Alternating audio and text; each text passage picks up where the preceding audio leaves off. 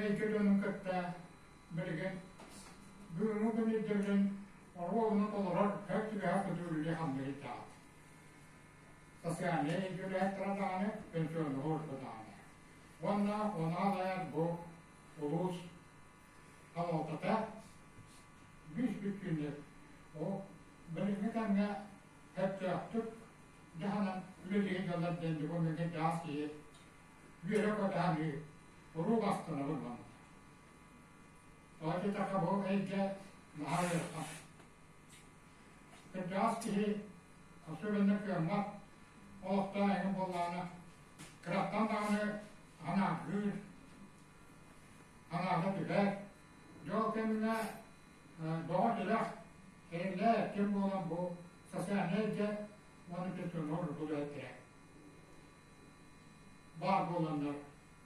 Peki, dön nerede o arı doğru hırtık tafola kendilerin cevap. Bu bilgi nahında. Onunla ve analar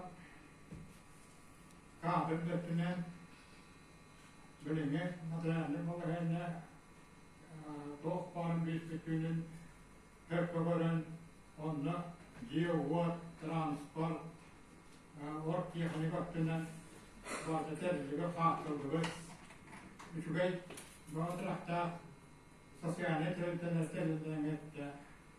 Zaten itibariyle kutuğla baros türleri durum, yol hakkı olan topsara durum, yüz kere bu durum. Cevap buldu. Zaten bu buradaki hediye sentelikte. İşte buradaki tam ahir bir terlikte, hediye istiyor.